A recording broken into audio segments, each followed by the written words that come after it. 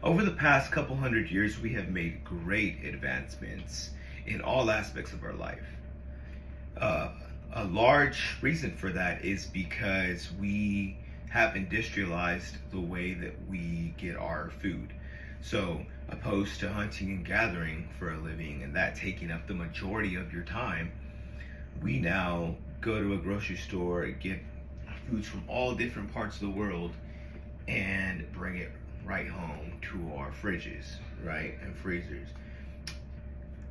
And even more recently, nowadays, you could even get food delivered right to your front door, which is great and all, right? That's amazing, and I'm grateful because we have made advancements in science, medical advancements, political, societal advancements, every aspect we have advanced as a human race extremely fast, right?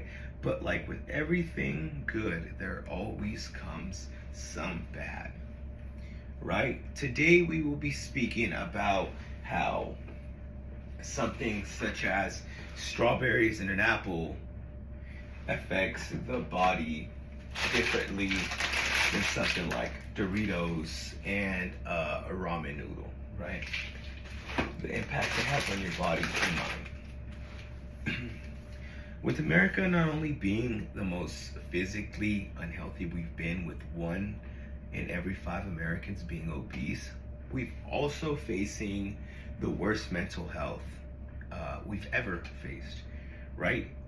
So, a little bit about me. So growing up, like many, I had a bad relationship with food.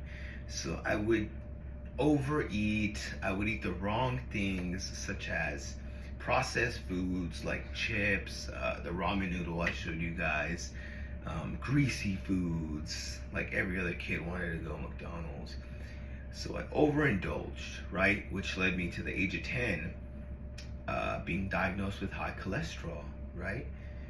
Which should have been an eye-opener, but it worsened my relationship with food. I began starving myself, essentially, right? Which led me to binge eat, right? So I would starve myself, try to not eat to get this weight off, and not be, because I associated that cholesterol with my weight, right?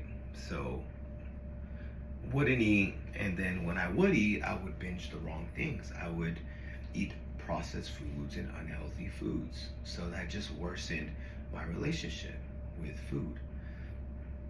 I got the weight off, but what came out of that was just a completely broken way of viewing nutrition. So we fast forward a little bit. I joined the military in 2019, and then 2020 comes around, and I'm about 4 states away from any family, and we have COVID-19 lockdown, right? So again, I began overeating, eating the wrong things, drinking too much alcohol. Everything that you could do wrong, I was doing it, right?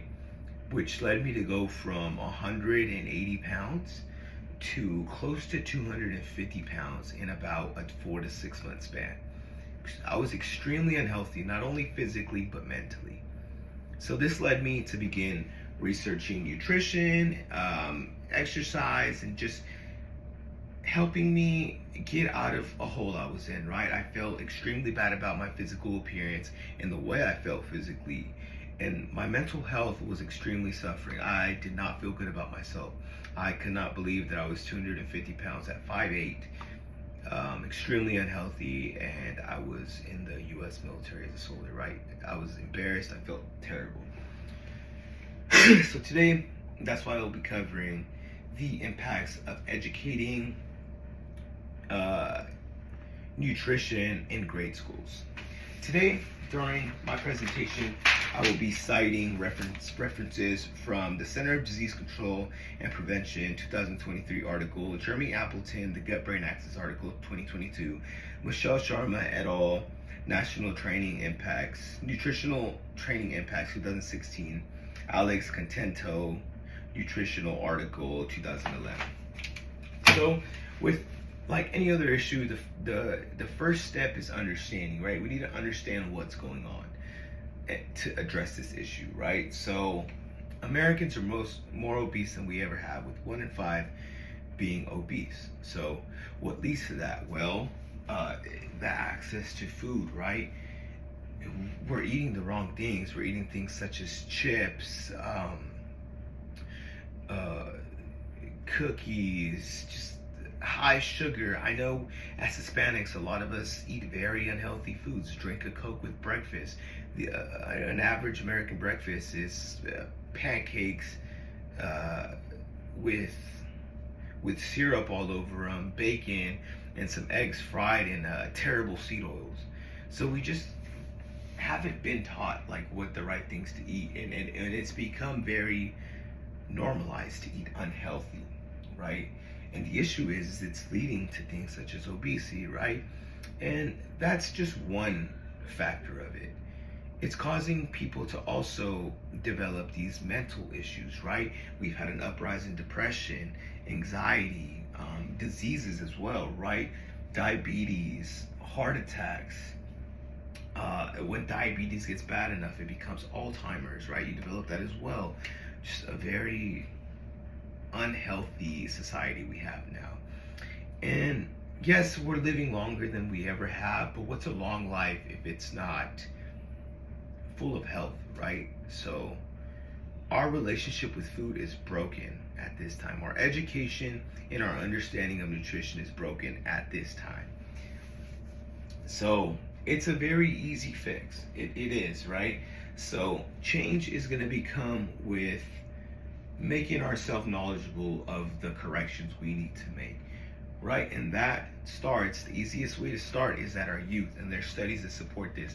If we teach kids in grade school that about nutrition, and we implement it into their science classes where we're already talking about the human body and whatnot, we could teach them how it affects the mind, certain parts of the body, what bad nutrition and proper nutrition does to the body, right?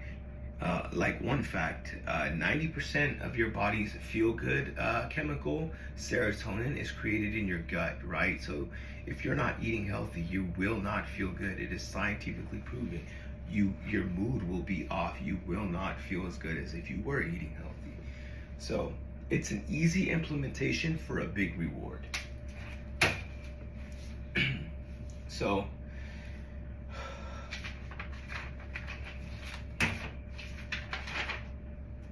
the benefits of this implementation, right? So number one, we're gonna have a physically healthier populace. Mentally, our mental health issues, I believe, can be fixed by correcting our nutrition, right? And these are things that have been proven. If a child is taught nutritional training at an early age, they are more likely to make smarter choices when it comes to nutrition. Now, ultimately, you could lead a horse to water, but you cannot make it drink, right? I'm not saying this is going to absolutely correct the obesity and our mental health crisis and just the diseases we got going on. But what it will do is it'll make you understand what you're doing wrong. And when you understand why you're getting the effect, you are more likely to correct these behaviors. So in conclusion, implementing mandatory nutritional training in grade schools is only good for our country.